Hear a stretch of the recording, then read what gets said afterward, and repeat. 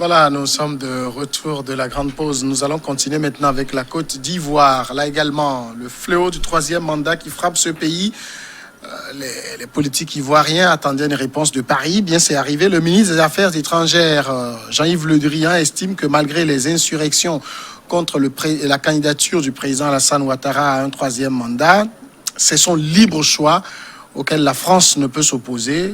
Pour Jean-Yves Le Drian, cette question relève donc de la souveraineté de l'État ivoirien. Il y a un processus démocratique. Je ne suis pas chargé d'apprécier la nouvelle constitution. Ce serait de l'ingérence. Le président Ouattara souhaitait se représenter. C'est son libre choix, a-t-il dit. C'est curieux, Vivien Tomi, quand il s'agit de ces genres d'affaires. La France joue à la neutralité. Oui, est-ce qu'on peut appeler ça neutralité? La France joue, c'est tout. La France fait son jeu. Vous prenez même le coup d'État au Mali, vous avez vu, c'est l'État français qui était le premier ou l'un des tout premiers à faire un communiqué. Et M. Macron ne va pas laisser son ami et grand frère Alassane Ouattara pour dire autre chose. Parce que en même temps que M. Ouattara, qui avait choisi son dauphin, a été salué, félicité par le même Macron ou la France, et quand il y a eu revirement, changement de situation, mais la France s'est tue. Et maintenant, à quelques semaines des élections, la France refait surface pour dire, mais écoutez, on ne peut pas s'ingérer dans la souveraineté d'un pays, on ne peut pas rentrer dans la tête de M. Ouattara, on ne peut pas le forcer à faire un autre choix. C'est la liberté, c'est la démocratie, il est libre de choisir. Mais pourquoi? Est-ce que la France est obligée de se prononcer sur les scrutins en Afrique? Non. Personne n'oblige la France à se prononcer. Mais vous avez vu tous les politiques ivoiriens, à un moment donné, Bédier, Soro, Afim Guessan, ont appelé à la France. Mais justement, effectivement, c'est les Africains, les dirigeants africains, les politiciens africains qui donnent, effectivement, qui prêtent le flanc à la France pour que la France se prononce toujours et très souvent sur la façon dont nous gérons notre pays. Aujourd'hui, le discours du ministre chargé des Affaires étrangères de la France ne peut pas être autre que ce discours tenu. N'oubliez pas que, comme le disait un grand dirigeant africain, la France n'a pas d'amis, la France a des intérêts. Donc, chaque fois qu'on voit ces intérêts basculer, on a peur et on se penche du côté de ceux qui sont sûrs de pouvoir assurer carrément quand même un lendemain pour les relations. Aujourd'hui, la France a peur que la Côte d'Ivoire ne bascule dans la violence. Mais en même temps aussi, la France n'est pas rassurée de la venue d'un autre président pour ce pays vis-à-vis des relations. Et vous avez vu M. Macron qui est venu pas très loin, tout récemment dans la vie politique française, a des relations très solides directement avec M. Ouattara. Ce n'est pas des relations de la France à la Côte d'Ivoire, c'est des relations vraiment individuelles. Et se prononcer, effectivement, je crois que c'est juste dire, bon, alléluia, et bon, nous soutenons la Côte d'Ivoire, nous ne soutenons pas M. Ouattara, mais nous ne vous disons pas que nous barrons la route à M. Ouattara. Il est libre, il n'a qu'à aller. En fait, c'est les mots de Jean-Yves Le Drian, Adam Adjanou, peuvent être interprétés comme un soutien tacite. Vous savez, moi je le dis toujours, il faut savoir toujours raison garder et faire surtout, je pense, des analyses assez rationnelles sur la situation en ce qui concerne les relations entre la France et la Côte d'Ivoire, etc. Mais ce qu'il faut faire remarquer, c'est que les crises que la Côte d'Ivoire a connues, les crises par le passé que la Côte d'Ivoire a connues, il y a eu toujours ce rapprochement. La France a toujours été indexée du doigt, de près ou de loin, qu'appartenant donc à ces troubles que la Côte d'Ivoire a connus. Mais maintenant, vous allez constater qu'à un moment donné, ce discours radical des Africains concernant donc l'intrusion de la France, que ce soit sur le plan commercial, économique, politique, etc., a pris réellement de l'avance. Et je pense qu'aujourd'hui, la politique ivoirienne, il faudrait réellement la lire du côté des Ivoiriens. Malheureusement, comme vous l'avez su bien le dire, tantôt en faisant remarquer qu'à un moment donné, en fait, tous les politiques, que ce soit ceux qui n'ont pas été retenus pour ces élections, que ceux qui sont retenus, attendaient réellement un discours contradictoire à ce que pouvait être, disons, ce que voulait réellement l'opposition. Ça n'a pas été le cas. Et c'est normal, moi j'estime que c'est normal au regard du fait que, c'est vrai, ce sont des relations entre Ouattara et le président français Macron, etc. Mais de l'autre côté également, la France, lui, il a intérêt de toutes les façons à avoir un pays stable dans la mesure au niveau des intérêts, la forte population française qui se trouve au niveau de la Côte d'Ivoire. C'est d'ailleurs ce que les gens voulaient dire. Notre souci, c'est de faire en sorte que ces élections se déroulent de façon apaisée. Tout à fait. Parce que ces intérêts-là lui incombent. Parce que je ne vois pas toutes ces populations aller en France. Ce serait quand même des soucis encore pour la France, etc. Donc aujourd'hui, j'estime que, comme je le disais tantôt, on faisait un parallèle avec le cas de la Guinée en disant que est-ce que l'opposition en elle-même a permis à un moment donné que Alassane Ouattara lui-même puisse se présenter à ces élections-là. Puisque eux, ils ont participé sans dire non. Donc la constitution a été donc faite de telle sorte qu'on n'a pas pris en compte, disons, ce départ-là qui n'a pas été même discuté au niveau donc, des dialogues qui ont été mis avant même la modification de constitution, etc. Donc il ne lui appartient pas aujourd'hui de pouvoir donc allumer le feu, retourner dans des artifices qu'on a connus par le passé qui a permis à ce pays d'être instable jusqu'au jour d'aujourd'hui. Donc permettre à ce que, parce que eux-mêmes, ils ont accepté qu'il soit ainsi, il faudrait quand même qu'ils puissent permettre à ce que les gens puissent avoir donc des élections apaisées. Aujourd'hui, on appelle donc à la désobéissance civile, ce que j'estime bien que ça ne marchera pas. C'est vrai qu'on aura des points, des poches d'instabilité, etc. Mais ça ne permettra pas d'avoir donc, ou du moins d'impacter la tenue de ces élections-là. Ce qu'il faut faire aujourd'hui pour arriver donc à cette stabilité voulue, c'est vrai, on parle de cadre institutionnel, constitutionnel de leur commission électorale nationale indépendante. Il faudrait réellement miser sur ça, puisque je me dis aujourd'hui, tous les artifices d'instabilité... Les opposants ont quitté la CEI. Ouais, les artifices d'instabilité sont là. Parce que ces clichés qu'on a lus au niveau de 2010 sont toujours là. Il faudrait quand même plaider à cela. Appeler plutôt la France à permettre à ce que Alassane Ouattara puisse entendre raison, redonner une chance à une prorogation, retrouver dans le cadre, puisque ce ne serait pas des élections déjà, les mentalités sont préparées à les contester dans la mesure où ils ne font pas partie de la CENI. Et donc l'environnement également étant perturbé, donc nous n'arriverons pas, même si Alassane Ouattara gagnait, il n'accepterait pas, même s'il n'y avait pas de fraude. Beausoleil, on sait le rôle que la France joue en Côte d'Ivoire. Adam le rappelait, la France a de gros intérêts en Côte d'Ivoire. Il y a une très forte présence française, ne serait-ce qu'au niveau même des ressortissants français qui vivent à Abidjan. On ne peut pas dire que ce qui se passe à Abidjan n'intéresse pas Paris. Au fait, ça intéresse Paris. C'est pour cela que le ministre des Affaires étrangères, Jean-Yves Le Drian, a été interpellé à l'Assemblée nationale. C'est à l'Assemblée nationale qu'on l'a interpellé. De la France, qu'on l'a interpellé par rapport au sujet Côte d'Ivoire. Donc, il ne peut que répondre. C'est la réponse qu'il a donnée. Est clair. La France n'a pas à s'ingérer dans les affaires intérieures de la Côte d'Ivoire. La Côte d'Ivoire est un pays souverain. Et lorsque un pays souverain organise les élections, un autre pays ne peut que souhaiter que ces élections, surtout quand le pays a des intérêts dans le pays qui fait ces élections, le pays ne peut que souhaiter que les élections se passent bien. C'est ce que Jean-Yves Le Drian a dit. Et il ne dira pas plus que ça. On va interroger n'importe quel ministre des Affaires étrangères d'un pays de l'Europe ou du monde. Il ne peut que dire ça.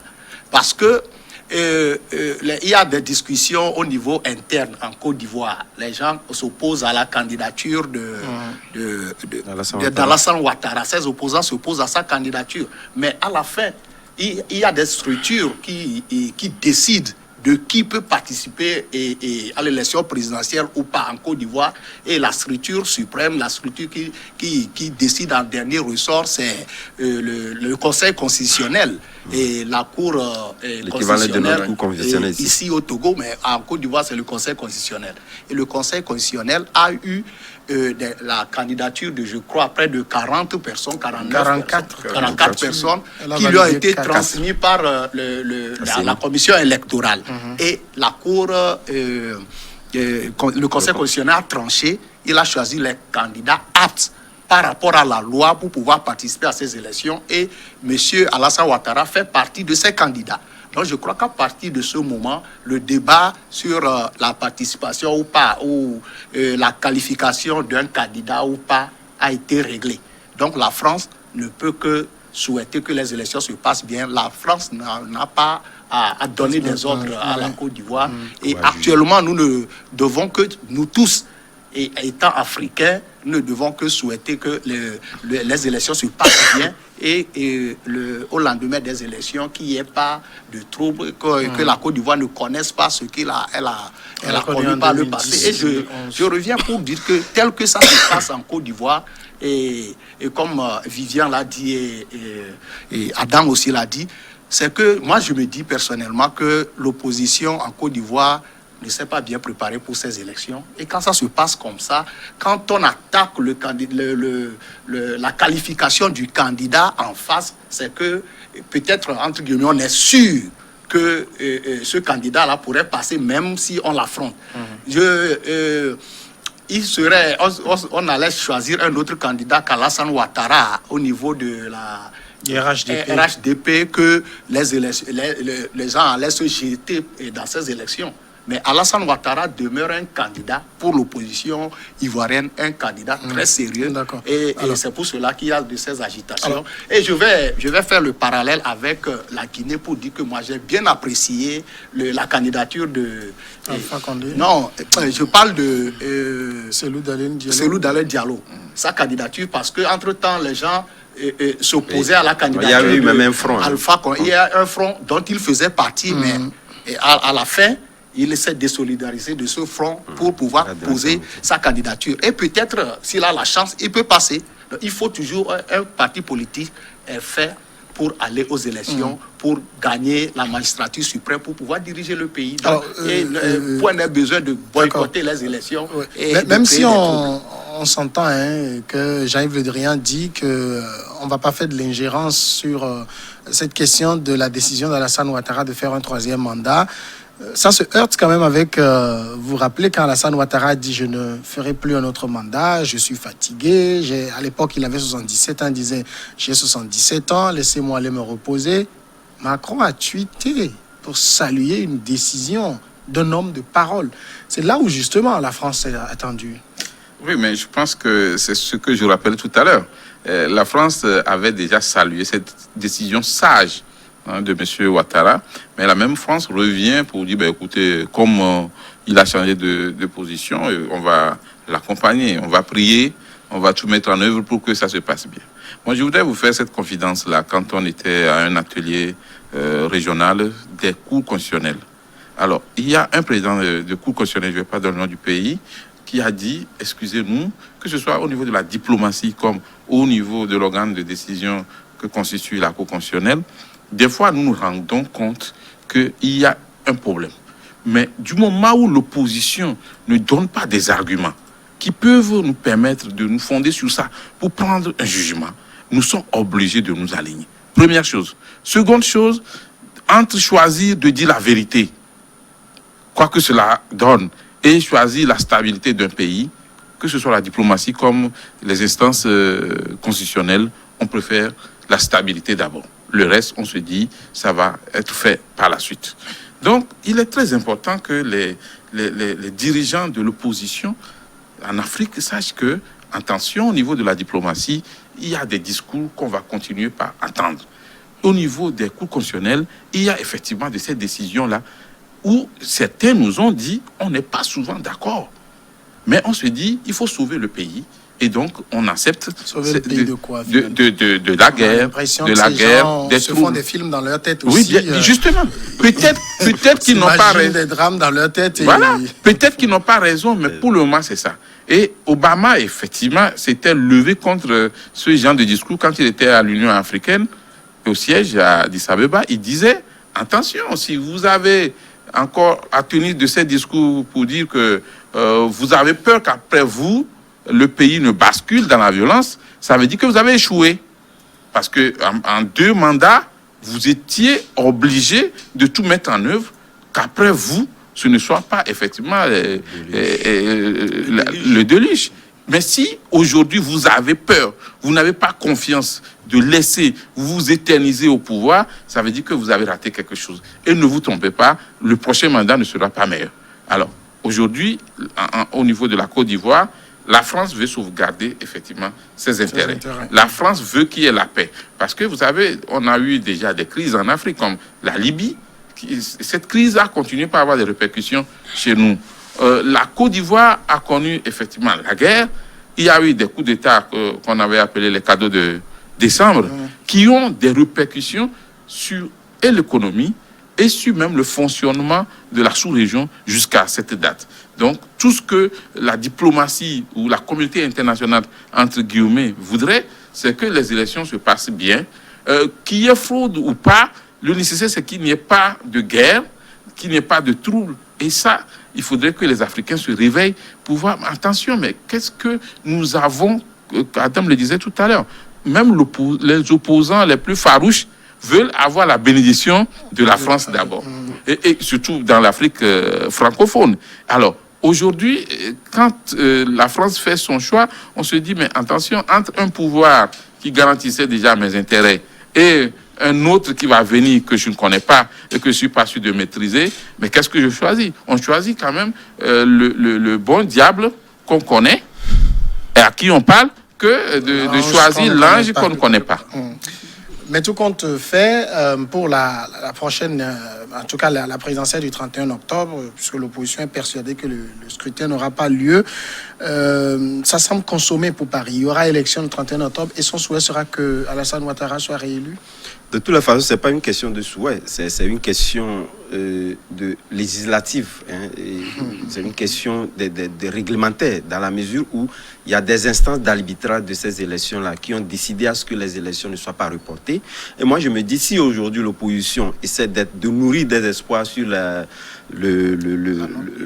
rallonge même de la date électorale, etc., ça dépend de la manière dont ils s'organisent. Or, entre-temps, cette même opposition avait déjà émis des sentiments, des souhaits d'instabilité déjà qu'on lise dans leur regard. Donc ça fait qu'aujourd'hui, ça ne peut pas donner espoir, ou les arguments qui tiennent ne peuvent pas donner espoir aux instances de régulation à pouvoir croire à ce nouveau discours-là qui, lorsque vous les lisez très bien, ne table plus sur la non-constitutionnalité ou la non-constitutionnalité de la candidature d'Alassane Ouattara, mais essaie donc de voir, en fait c'est d'ailleurs une préparation qui est aujourd'hui mise en avant. Et donc, ils essaient donc de surfer sur ces artifices-là de pouvoir. Donc, même moi, ce qui m'étonne dans tout ça, là, c'est que je vois mal, à partir du moment où le président sortant, parce que c'est ce qu'on essaie donc de voir au niveau de la Côte d'Ivoire, est candidat, on a comme l'impression les autres candidatures ne sont que des candidatures de témoignage. C'est pas vrai. Or, lorsque nous prenons pas mal de pays africains, il y a eu des présidents sortants qui ont posé leur candidature, mais qui ont été battus. Il y a la Sénégal, parce qu'il y avait une bonne préparation de l'opposition. Tout à fait. Voilà. Donc aujourd'hui, ils ont compris qu'ils sont mal préparés. Et aujourd'hui, la manière de s'organiser pour amener d'abord les instances d'arbitrage à pouvoir croire en eux et à pouvoir donc projeter une certaine report de ces élections-là, il n'y en a pas. Donc moi, je me dis c'est une opposition qui a raté le coach. Donc il faut... Passons à la pause et le dernier sujet ensuite.